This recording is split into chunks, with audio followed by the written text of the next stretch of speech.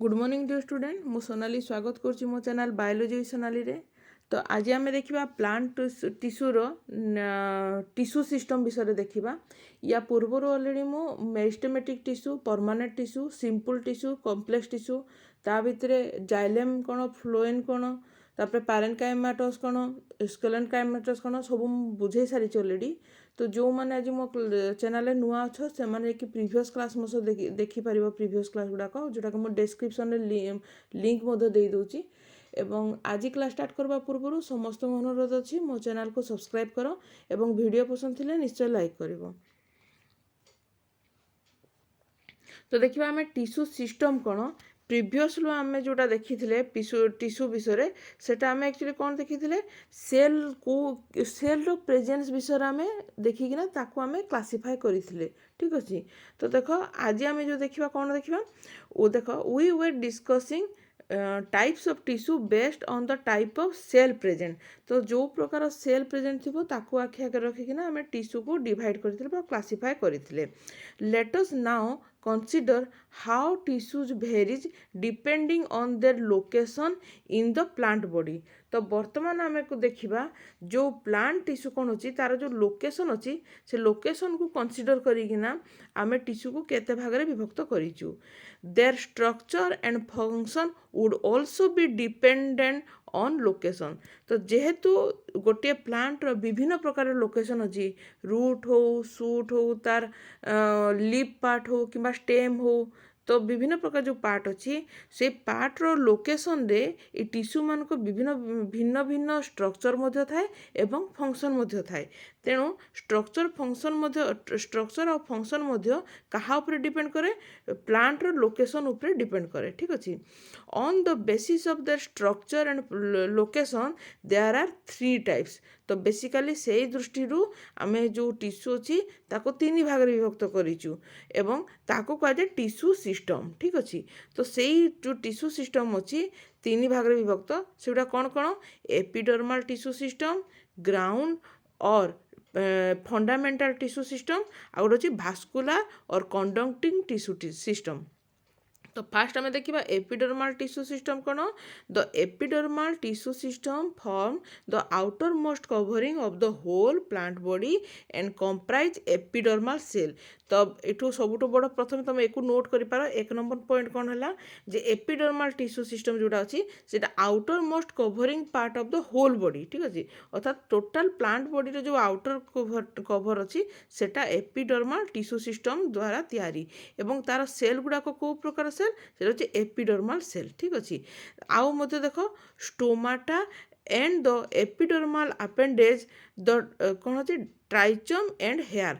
आउ मध्य देख stomata and epidermal appendage एगुड़ा जहाँ भी अच्छी ट्राइचम एंड हेयर से थाए है।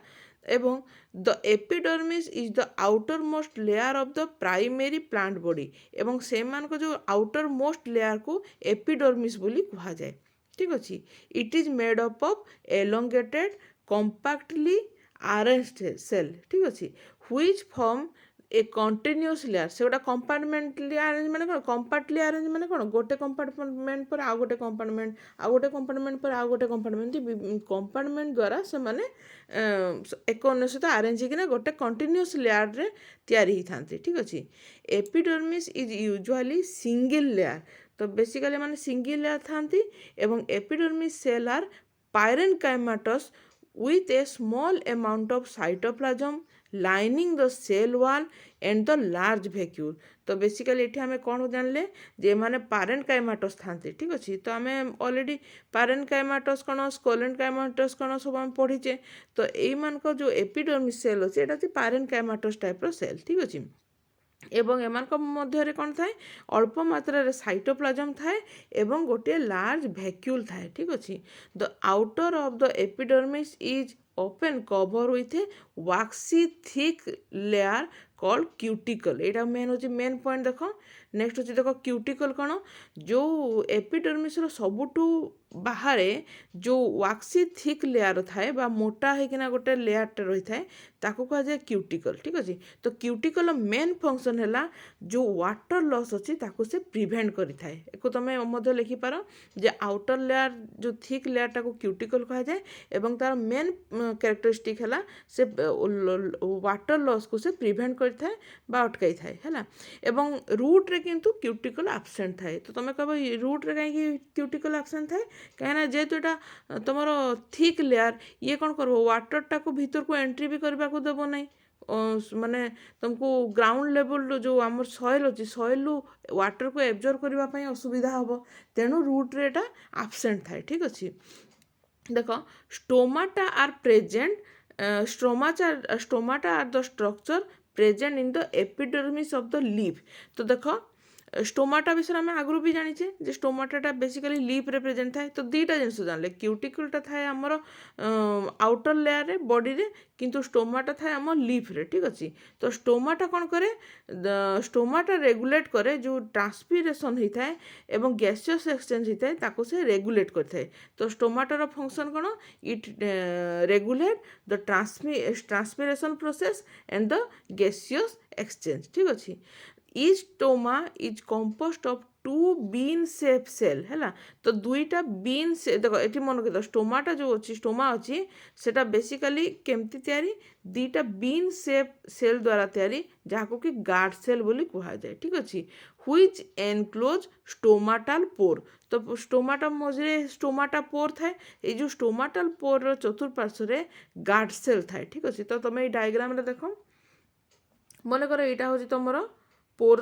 पोर पोर पोर अच्छी स्टोमाटाल पोर एवं स्टोमाटाल पोर को जो चतुर्पार्श्व ये देख यहाँ हूँ बीन शेप जो अच्छी ये बीन शेप्र स्ट्रक्चरटा ताको कभर करना रखी थाए। ठीक अच्छे तो यहाँ तुम जान लो जे मझीटा हूँ तुम स्टोमाटाल पोर ताको तुम बीन शेप स्ट्रक्चर जोटा अच्छी ताको गार्ड सेल कहुए से कभर कर रखी एवं ता चार चतुर्पार्श्व क्लोरोप्लास्ट थाए। ठीक अच्छे ता चतुर्पार्श्व कौन अच्छी सॉरी ता से जो बीन सेल गार्ड सेल अच्छी से बीन सेल गार्ड सेल मझे माने मध्य देख तुम जो अच्छी सब कौन क्लोरोप्लास्ट अच्छी है एवं ता चतुर्पार्श्व सब्सिडियरी सेल कौन करता है सब्सिडियरी सेल ताको कभर करके रखी था ये चारिपार्श्व एवं सबुठ बाहर अच्छी एपिडर्माल सेल अच्छी। ठीक अच्छे तो यहाँ हूँ तुम स्टोमाटाल सेल स्ट्रक्चर डायग्रामटा तापर नेक्स्ट देखा आम कौन इन ग्रासेस है जो आम ग्रास को कंसीडर करवा the guard cell are dumbbell shape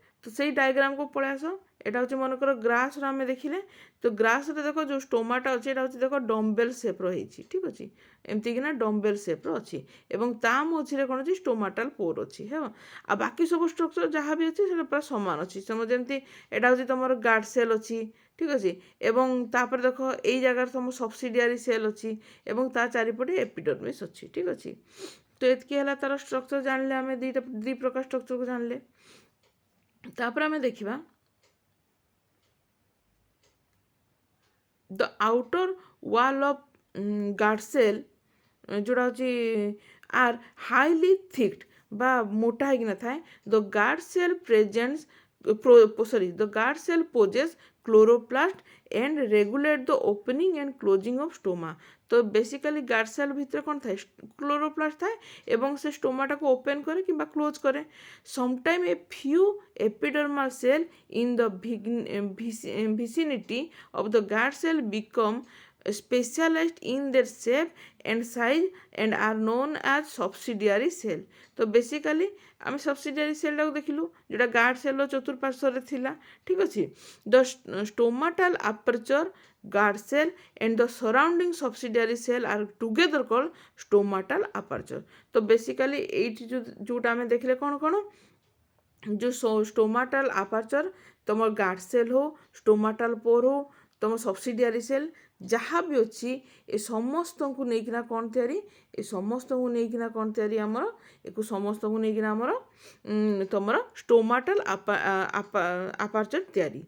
तो यहाँ तुम जान लो डिटेल एवं ये जो डायग्राम अच्छे तुम स्क्रीनशॉट लेकिना डायग्रामटा को कर। ठीक अच्छे नेक्स्ट जीवा देख the cell of the epidermis bear a number of hair ताको कहा जाए रूट हेयर, ठीक है, ताको कहा जाए root hair are unicellular elongation of the epidermal cell and help absorb water and mineral from the soil. तो रूट हेयर मेन काम कौन है? रूट हेयर मेन काम है से वाटर जो सॉइल हो वाटर हो बा मिनरल हो ताको एब्जॉर्ब करी थाए। On the stem the epidermal hair are called trichomes. एटा हूँ मेन फंक्शन। देख ट्राइचमटा भी बहुत टाइम तुम क्वेश्चन भी आसे है जो बहुत इंपोर्टाट जो ट्राइचमटा एक्चुअली कौटी प्रेजेंट थाए जोटा हूँ स्टेम जो एपिडर्मल हेयर को ट्राइचम बोली कह जाए, ठीक अच्छे। तो देख trichomes is the shoot system are usually multicellular, they may be branched or unbranched है and soft or stiff, they may even be secretory। secretory माने कौन? ता भितर जेकोसी सब्सटेंस सिक्रेट करि पाइ थाए, ठीक अच्छे। The trichomes help in the preventing water loss due to transpiration. तो ट्राइचम रो मेन कैरेक्टरिस्टिक कौन है? मेन फंक्शन है जे ये वाटर लॉस को जो ट्रांसपीरेशन जो एक्सेस अमाउंट ऑफ वाटर थाए एक्सेस अमाउंट ऑफ वाटर को से लॉस करिवारो से प्रिवेंट करिथाए। तापर नेक्स्ट देखा ग्राउंड टिश्यू सिस्टम कौन, ठीक अच्छे। तो एपिडर्मिस एपिडर्मल टिश्यू सिस्टम आम जानले। बर्तमान ग्राउंड टिश्यू सिस्टम हूँ कौन? All tissue except epidermis and vascular bundle constitute the ground tissue है। It consists of simple tissue such as parenchyma, collenchyma and sclerenchyma. Parenchymatous cell are usually present in cortex। तो देखो guard cell रे जोटा पारेनकाइमाटस cell द्वारा तैयारी सेटा basically cortex रे present थाए। आउ कोठी प्रेजेंट थाए? पेरिसाइकल रे प्रेजेंट थाए, पीथ रे प्रेजेंट थाए, मेडुलारी रेज रे प्रेजेंट थाए, ठीक अच्छे। In the primary stem and root है। तो ये आम जानले। In leaves the ground tissues consist of thin wall chloroplast containing cell and called mesophyll। तो बेसिकली जो लीफ अच्छी से लीफ रे ग्राउंड टिश्यू कौ प्रकार अच्छे से तुम जान क्लोरोप्लास्ट थाए एवं ताको मेसोफिल बोली कह जाए। तब देखा आम भास्कुलर टिश्यू सिस्टम कौन? भास्कुलर टिश्यू सिस्टम पूर्व आम तीन डायग्राम को प्रथम देखीद। तीन प्रकार डायग्राम अच्छी है। ये तीन प्रकार डायग्राम कौन आम देखीदा। प्रथम डायग्राम को कह जाए रेडियल है। प्रथम डायग्रामटा हूँ रेडियल टाइप डायग्राम। सेकेंड हूँ कोजॉइंट एवं थर्डटा हूँ कोजॉइंट ओपनिंग एवं सेकेंड हूँ कोजॉइंट क्लोज। तो आम आगे बुझीदा। देख रेडियल माने कौन? जो जा देख तुम प्रथमे प्रथमे चतुर्पार्श्व तुम फ्लोएम रहा ता मझे जाइलेम रहा।